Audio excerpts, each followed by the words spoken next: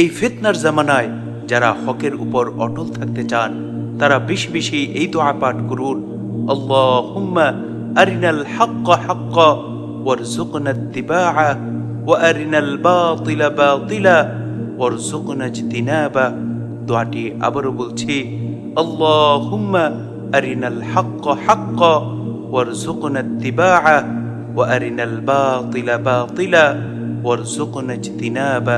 হে আল্লাহ, হে আমার মালিক, আপনি হককে সত্যকে সত্য হিসেবে দেখান এবং তা অনুসরণ করার তৌফিক দান করুন এবং মিথ্যাকে মিথ্যা হিসেবে চিহ্নিত করার তৌফিক দান করুন এবং তা বর্জন করার তৌফিক দান করুন।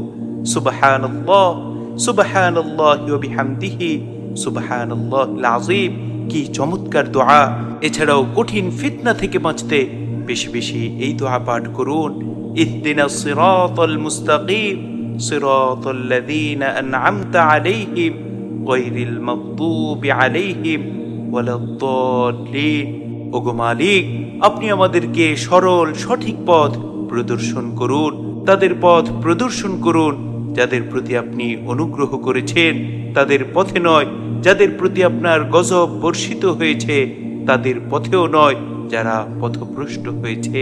সুতরাং যদি কোনো বান্দা ফিতনা থেকে বাঁচতে চায় আর বেশি বেশি এই দোয়া পাঠ করে, আল্লাহুম্মা আরিনাল হাক্কা হাক্কা ওয়ারযুকনা ইত্তিবাআ ওয়া আরিনাল বাতিলা বাতিলা ওয়ারযুকনা ইজতিনাবা এবং ইহদিনাস সিরাতাল মুস্তাকিম সিরাতাল লাযীনা আন'আমতা আলাইহিম গায়রিল মাগদুবি আলাইহিম ওয়ালাদ-দাল্লিন, এই দুইটি দোয়া পাঠ করে, তাহলে ইনশাআল্লাহ আল্লাহ রাব্বুল আলামিন ওই ব্যক্তিদেরকে অবশ্যই ফিতনা থেকে হেফাজত করবেন এবং তাদেরকে সরল সঠিক পথে প্রদর্শন করবেন।